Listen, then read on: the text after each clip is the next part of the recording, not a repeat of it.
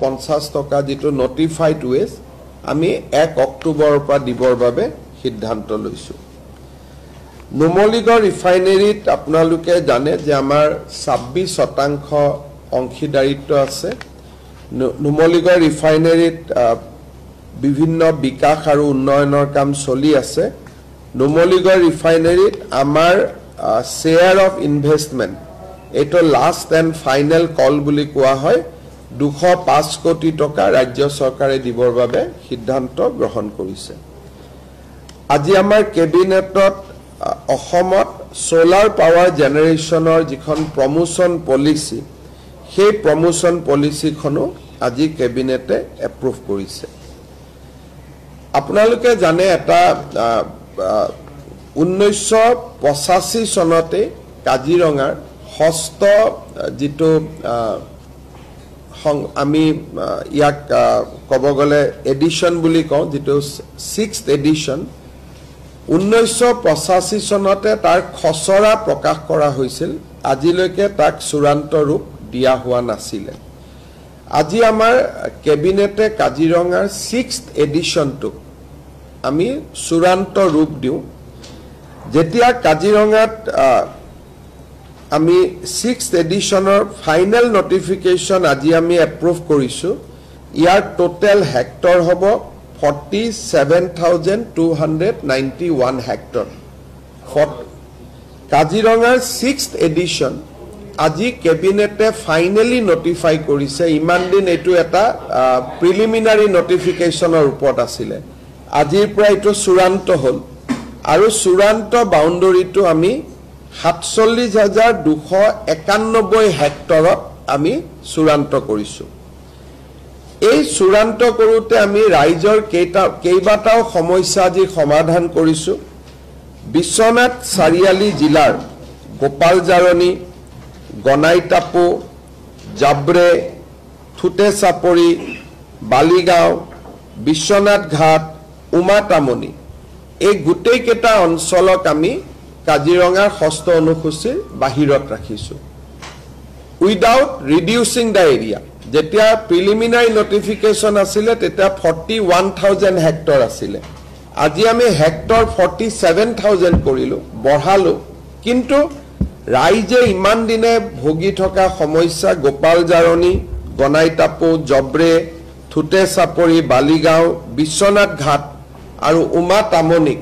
আমি হস্ত অনুসূচীৰ পৰা আমি বাহিৰত ৰাখিলো ঠিক তেনে ধৰণে আমাৰ কলিয়াবৰৰ হাতিমুৰা হিলঘাট আদি যি অঞ্চলত ইমান দিন তেওঁলোকৰো এটা অনিশ্চয়তা আছিল তেওঁলোকো এতিয়া হস্ত অনুচ্ছেদত নাথাকে 6th এডিশনত নাথাকে কিন্তু total hectare of land in 6th edition এটো 6,000 হেক্টৰ প্ৰিলিমিনাৰী নোটিফিকেশনত কো বাঢ়িছে কাৰণ ব্ৰহ্মপুত্ৰৰ মাজত তেনেকুৱা নতুন নতুন এৰিয়া ক্ৰিয়েট হৈছিল গুটেখিনি আমি হস্ত অনুচ্ছেদত আমি দিলো কিন্তু ৰাইজৰ গাখীৰ খাতি সিলঘাট হাতিমুৰা এই গুটেই ৰাইজৰ এটা সমস্যা আজি বিডুবি এই গুটেই বিলাক ৰাইজৰ সমস্যাও আজি সমাধান হল আজি আমাৰ কেবিনেটে লাচিত বৰফুকন একাডেমি অৰ্থাৎ দেৰগাঁওৰ পুলিচ একাডেমিৰ ফেজ 2 যত নেকি ৰেসিডেন্সিয়েল কোৱাৰ্টাৰ সমূহ হ'ব ট্ৰেইনিং সকলৰ ৰেসিডেন্সিয়েল কোৱাৰ্টাৰ আৰু কলনীত থকা মানুহ সকলৰ ৰেসিডেন্সিয়েল কোৱাৰ্টাৰ হ'ব 102 যেটো আমাৰ সেৱা আমি দেৰগাঁৱত কৰিম তাৰ বিল্ডিং নিৰ্মাণ এই গুটেই বিলাকক লৈ আজি কেবিনেটে 229 কোটি টকা অনুমোদন কৰিছে দেৰগাঁওৰ পুলিচ একাডেমিৰ সেকেন্ড ফেজ অফ ডেভেলপমেন্টৰ কাৰণে 229 কোটি টকা আজি আমাৰ কেবিনেটে ডিব্ৰুগড়ত অসম বিধানসভা নিৰ্মাণ কৰিবৰ বাবে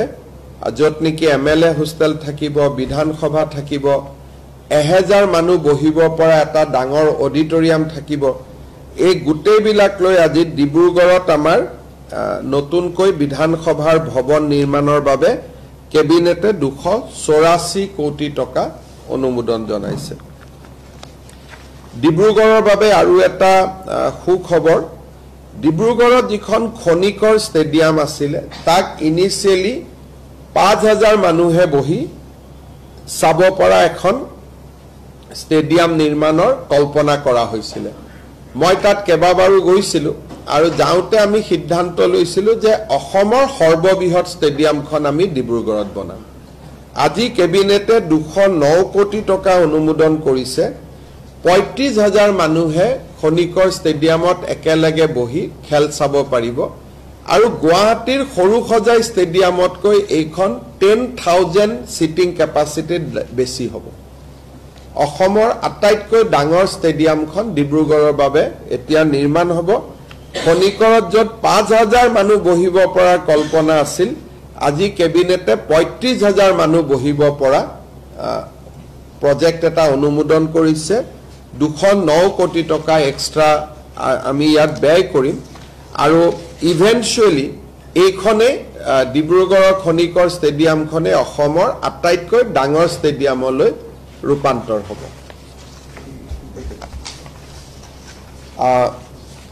আমাৰ ডিসেম্বৰ 8 ডিসেম্বৰ তাৰিখে আজি আমি যেটো কনসাৰ্ট ইকনমিৰ কথা কলো বিশেষকৈ ইয়ং জেনাৰেশনে খুব ভাল পাব পোষ্ট মেলনে বুলি এটা ডাঙৰ কনসাৰ্ট গ্ৰুপ আছে 8 ডিসেম্বৰত তেওঁলোকে গুৱাহাটীত আহি পাৰফৰ্ম কৰিব আজি আমাৰ যেটো কনসাৰ্ট ইকনমি আমি এপ্ৰুভ কৰিলো তাৰ প্ৰথম ৰিজাল্টটো হল যে 8 ডিসেম্বৰত পোষ্ট মালনে আহিব আদাৰৱাইজ তেওঁলোক শিলংতে যায় এবাৰ গুৱাহাটীত হ'ব আৰু খনিকৰ আদি ষ্টেডিয়াম জোৰহাট হৈ গলে লাহে লাহে আমি জোৰহাট ডিব্ৰুগড়টো লৈ যাব পাৰিম বাট post মালনে show on 8 December in Guwahati is confirmed আৰু এটো কি আমেৰিকান ৰক বেণ্ড হয় আৰু যদি আপোনালোকৰ কিবা খুদিবলগীয়া আছে মই ক'ব পাৰো নহলে আমাৰ পিছত এসপি কনফাৰেন্সৰ বিষয়ে মই আপোনালোকক 1:30 বজাত যোৱাৰ আগতে কৈ যাম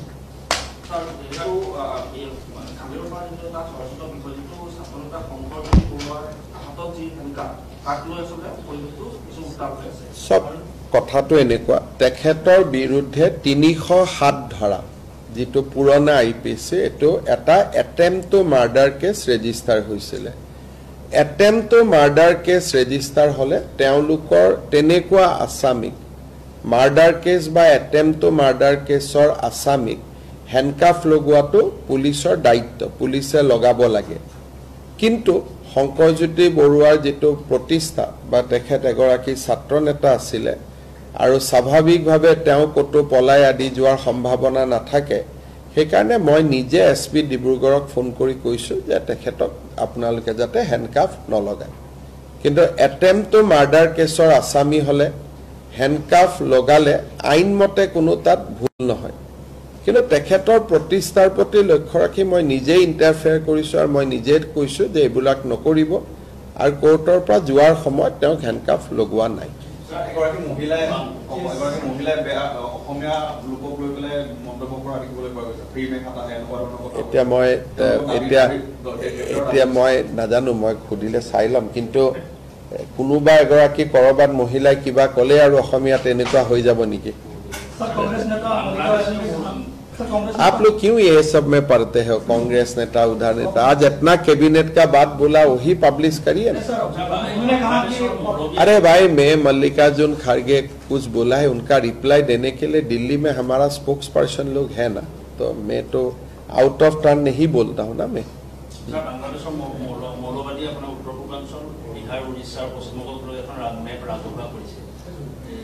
কৰাটো কোনো আপত্তি নাই মানুহে নিজৰ বস্তু নিজে লিখি থাকিব পাৰে আমিও এখন ম্যাপ উলিয়াই দিলে হল বাংলাদেশখনক অসমত লৈ পেলাই ম্যাপ বনোৱাত কাৰ আপত্তি আছে ম্যাপটো আমেৰিকাকো ভাৰতৰ লগত লৈ পেলাই বনাব পাৰে কিন্তু বনালে হ'ব নি গতিকে আমাৰো পুৰোহিত তেওঁলোকৰ মৌলানাই বনাইছে গতিকে আমাৰো পুৰোহিত বা পণ্ডিত বা বিদগ্ধ বাকি ব্যক্তিসকলে আমাৰো এখন ম্যাপ বনাব লাগে চিটাগং পোৰ্টক অসমক লৈ পেলাই এখন আমি উলিয়াই দিব লাগে সৰকাৰেটো নোৱাৰে কিন্তু পাব্লিকেটো কৰিব পাৰে চিটাগং পোৰ্টখনক অসমত দেখুৱাই পেলাই আমিও আমাৰ ম্যাপ এখন উলিয়াই দিব লাগে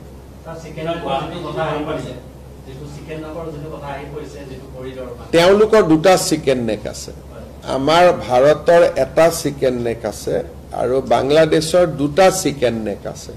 গতিকে আমাৰ এটা চিকেন নেকক বাংলাদেশে হামলা দিলে আমিতো দুটা চিকেন নেকক হামলা দিম আমাৰ যেটো চিকেন নেক আছে মেঘালয় দি চিটাগং পোৰ্টত হেতু চিকেন নেক আমাৰ চিকেন নেকত কৈ সৰু ৰিং এটা দলিয়ালে পাই যায় হেকাৰণে এইবিলাক কোৱা কথা আমিও আমাৰ চিকেন নেকটোৰ কথা কৈ থাকো যাতে বিভিন্ন টানেল আদি বিভিন্ন আঁচনি ভাৰত চৰকাৰৰ পৰা আমি পাব পাৰো কিন্তু চিকেন নেকত হাত দিবৰ কাৰণে ইণ্ডিয়া এখন কিমান শক্তিশালী ৰাষ্ট্ৰ তাতো আপোনালোকে আন্দাজ অপাৰেচন সিন্দুৰতে পাইছে বাকিটো মই নিউক্লিয়াৰ আদিলৈকে যাবই খোজা নাই বাংলাদেশে মিনিমাম 14 বাৰ মান জনম ল'ব লাগিব যে ভাৰতৰ কিবা হাত দিয়াৰ কাৰণে গতিকে বাংলাদেশক ইমান গুৰুত্ব দিয়া কথা নাই ইটস এ স্মল কান্ট্ৰি আৰু ভাৰতৰ লগত তাৰ তুলনা নহয় सर असम में 70 से ज्यादा पाकिस्तानी समर्थक पुलिस ने पकड़ा हो गया उसमें मैं डेली ट्वीट में दे ही देता हूँ ना अब मेरा जो भी अरेस्ट होता है मैं तो ट्वीट में डाल ही देता हूँ सरकार का आगे क्या गुवाहाटी हक महानगरक हक बानपानीर পৰা সম্পূৰ্ণ উদ্ধাৰ হোৱাটো ৰাস্তা কতো নাই প্ৰত্যেক বছৰতে নতুন নতুন খালি ঠাইৰ আমি পুতি বিল্ডিং বনাও যোৱাকালি মই আহোতে চাই আহিছো আগতটো USTM আছিলে এটা আৰু দুটা ডাঙৰ ডাঙৰ বিল্ডিং তাত পাহাৰ কাটি মেঘালয়ত বনাই আছে আমি সুপ্ৰিম কোৰ্টৰ এম্পাৱাৰ কমিটিত এখন আবেদন কৰিছো আমি লাগি আছো যাতে তেওঁলোকে আহি পাহাৰখিনি পৰ্যবেক্ষণ কৰে আৰু মই ভাবো যে 2-3 মাহৰ ভিতৰতে আমি এটা ভাল খবৰ পাম সুপ্ৰিম কোৰ্টৰ যিখন এম্পাৱাৰ কমিটি তাত আমি আবেদন কৰিছো যে মেঘালয় এনেকে যদি পাহাৰ কাটি থাকে এসময়তো গুটে গুৱাহাটীখন সাগৰ হৈ যাব এতিয়া বান্দৰৰ সমস্যা সমাধান কৰাৰ এটাই ৰাস্তা হৈছে যে তেওঁলোক হয় মাৰিব লাগিব নহলে তেওঁলোকক ধৰি বান্ধি বেলেগ হস্পিটালত বনাই অভয়াৰণ্যত পঠাব লাগিব অভয়াৰণ্যত পঠালেও ঘূৰি আহে হিয়তি আগতে 2-3 বাৰ ধৰি পেলাই পঠোৱা হৈছিল ঘূৰি আহে যোৱা কালিও ৰাজ্যে মোক কৈছে বিষয়টো মই আলোচনা কৰিছো ফৰেষ্ট ডিপাৰ্টমেন্টে ভাবে যে তেওঁলোকে জন্ম আৰু দিব নোৱাৰা যদি ইনজেকচন দিয়া যায় তাৰ পৰা কিছু লাভ হ'ব পাৰে বুলি বিষয়টোলৈ আমি ষ্টাডি কৰিম কালি মোক ৰাজ্যে মই সেনিকলত যাওঁতে উল্লেখ কৰিছে বিষয়টো মই সিৰিয়াসলি লৈছো স্যাৰ গৌৰৱগৈ এটা কথা কৈছে সাংবাদিকগৰাকী যে বিজেপি যশৱন্ত সিং এলকেআৰ পাৰ্টিৰ কথা নিজে কিন্তু নাই কথা সব যশৱন্ত সিং নৰেন্দ্ৰ মোদী আদৱানী তেওঁলোকে ৰাইজক দেখাই পেলাই গৈছে সৰকাৰি দায়িত্বত গৈছে গতিকে এই কথাবিলাক ইমান এজন senior MP deputy leader of A party মণিপুৰৰ বিষয়ে ইমান সংসদত কয় তেওঁ যদি আপেল আৰু কমলাৰ পাৰ্থক্য বুজি নাপায় অহাকালি যদি ভাৰত পাকিস্তানৰ কিবা আলোচনা হয় তেলে পাকিস্তানৰ প্ৰধানমন্ত্ৰীটো ভাৰতত আহিব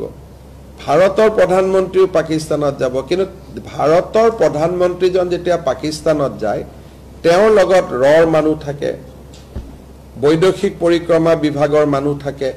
প্ৰধানমন্ত্ৰীজন অকলে না যায় তেওঁ লগত 40-50 জন মানুহ লগত লৈ যায় কি কথা পাতিছে নাপাতিছে ৰেকৰ্ড হয় আৰু দিনৰ পোহৰত যায় এটা যদি আপোনালোকে কয় যে আপেল আৰু কমলাৰ মাজত কম্পেয়াৰ কৰ সেইটো নহয় নহয় ৰাষ্ট্ৰৰ দায়িত্বটো আমি তেতিয়া ক'ব পাৰে যে ইণ্ডিয়ান আৰ্মিওটো পাকিস্তানৰ ভিতৰত যায় আক্ৰমণ কৰিবৰ কাৰণে গতিকে ৰাষ্ট্ৰৰ দায়িত্বত যোৱা আৰু সুপে সাপে যোৱাৰ মাজত বহুত পাৰ্থক্য আছে আৰু তেখেতে কোন কোন গৈ আছে তাক জাস্টিফাই কৰিব খুজি আছে তাৰমানে তেওঁ যোৱাটো হয় নেকি কোন নৰেন্দ্ৰ মোদী গৈছে কোনবা আৰএছএছৰ মানুহৰ নাম লৈ মই জীৱনতে শুনা নাই কোন তেনেকুৱা মানুহ সেইটোকে তেওঁ বেলেগে যোৱাৰ উদাহৰণবোৰ দি আছে তাৰমানে মোৰ অভিযোগটো আপোনালোকেও আন্দাজ কৰিব পাৰিছে যে মোৰ অভিযোগটো সঁচা এতিয়া সক হেতুটো আমি কিয় ৰব লাগে এটো আমি ডিসাইড কৰিম নহয় তেওঁ সোনকালে কৰোৱাব খুজি আছে যাতে মই প্ৰভুক হৈ কাগজ পত্ৰ নোহোৱাকৈ আপোনালোকক কৈ দিওঁ কিন্তু মইতো 25 বছৰ ৰাজনীতি কৰিলো না কেতিয়া কি ক'ব লাগে তো মই জানো গতিকে আমাৰ ডেট জানুৱাৰীতে 10 সেপ্টেম্বৰ দিছো যেনেকে বিয়া বাৰু কেতিয়াবা আপোনালোকে ক'ব নেকি যে বিয়াখন কিয় ডিচেম্বৰত ঠিক কৰিলে আজিয়ে কয় ডেট কাল চায়ে কৰিব লাগে না গতিকে আমি দিন কাল কৰি 10 ছেপ্টেম্বৰটো বান্ধি দিলোঁ এতিয়া তেওঁ ক'লেও সেইটো আগুৱাই নাহে তেওঁ ক'লেও সেইটো পিছুৱাই নাহে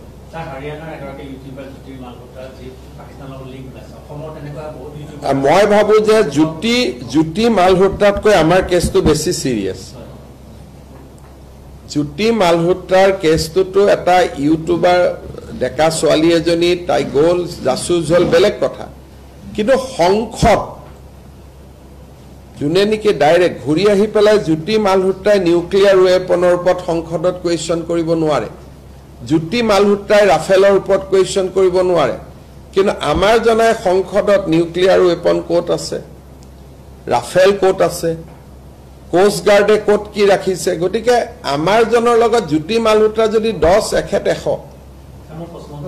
বাকি ইউটিউবাৰ বিলাক আপুনি যেটো কৈছে মই বুজিছো আৰু আমি সদায় এৰেষ্ট কৰি আছো কোনবা যদি পাকিস্তানত যোৱা নাম আছে মোক দি দিব জ্যোতি মালহোত্ৰাটো এতিয়া পাকিস্তানত তেওঁৰ লৰা অসমৰ্থিত বাতৰি যে তেওঁৰ সন্তান এটাও তাতে আছে বুলি কৈছে গতিকে বাট মই ইমান নাজানো মই কেছটো ষ্টাডিও কৰা নাই তেনেকুৱা যদি অসমত আৰু কোনবা আছে এজনৰ নামটো মই জানো আৰু যদি বাকি কিবা আছে নাম আপোনালোকে দিব ব্যৱস্থা লম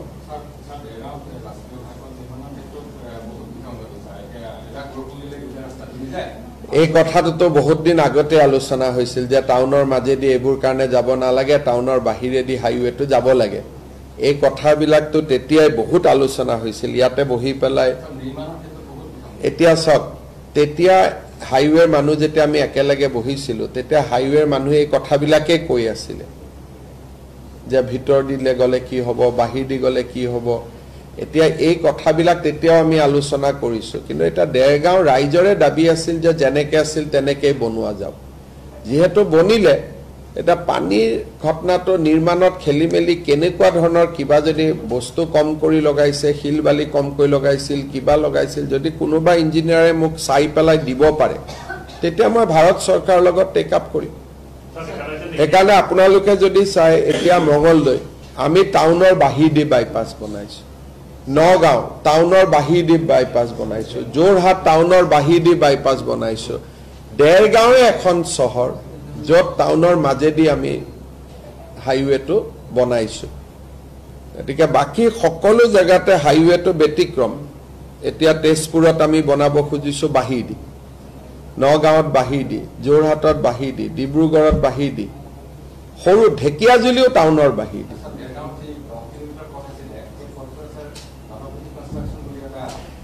এইটো পৰ্যায়ত লৈ না মোক এইটো পৰ্যায়ত মুখ্যমন্ত্ৰীক লৈ নাযাব এইবিলাক আপোনালোকৰ মফচলীয়া সাংবাদিকৰ যেটো এৰিয়া তাত আৰু মুখ্যমন্ত্ৰীক লৈ নাহিব আৰু গণপতি তনপতি এইবিলাক নাম আৰু মই মোৰ কাৰণে এইটো যদি আপোনালোকৰ কিবা কমপ্লেইন আছে মোক লিখিত দিয়ক কি পইণ্টত কমপ্লেইন আছে মই গাটকাৰীজীৰ লগত টেক আপ কৰিম মই গণপতিৰ লগত কথা পাতিব নোৱাৰো স্যাৰ দেৰগাঁও স্থানীয় বিষয়টা মই জানিব বিচাৰিছো দেৰগাঁও যেহেতু স্যাৰ কালি যেটো স্থানত আপুনি কোৱা কৈছিলে সেই জায়গাটো খুমটাই বিধানসভা সমষ্টিৰ অন্তৰ্গত কিন্তু দেৰগাঁও ৰাজহ চক্ৰত আছিলে শেহতীয়াকৈ দেখা গৈছে যে সেই অঞ্চলটো মিছামৰা মৌজাৰ বৃহত্তৰ অঞ্চলটো খুমটাই বিধানসভা সমষ্টিৰ দেৰগাঁও ৰাজহ চক্ৰত এতিয়া নাই তেনেকুৱাটো নহয় আমিতো ৰেভিনিউ সাৰ্কুল কতো বদলোৱা নাই এটো আপোনাক কোনবাই এনে কৈছে আমি কোনো ৰেভিনিউ সাৰ্কুল যি গাঁও যত জেনেকে আছিল তেনেকে আছে আমি খালি ৰাইজৰ পৰামৰ্শহে বিচাৰিছিলো কিন্তু কোনো ৰেভিনিউ সাৰ্কুল ৰেভিনিউ মন্ত্ৰী আছে যোৱা বছৰ যদি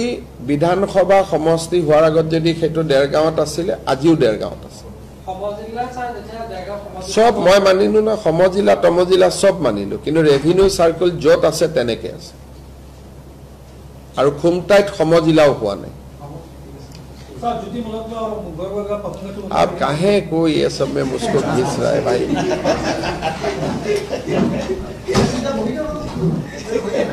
आप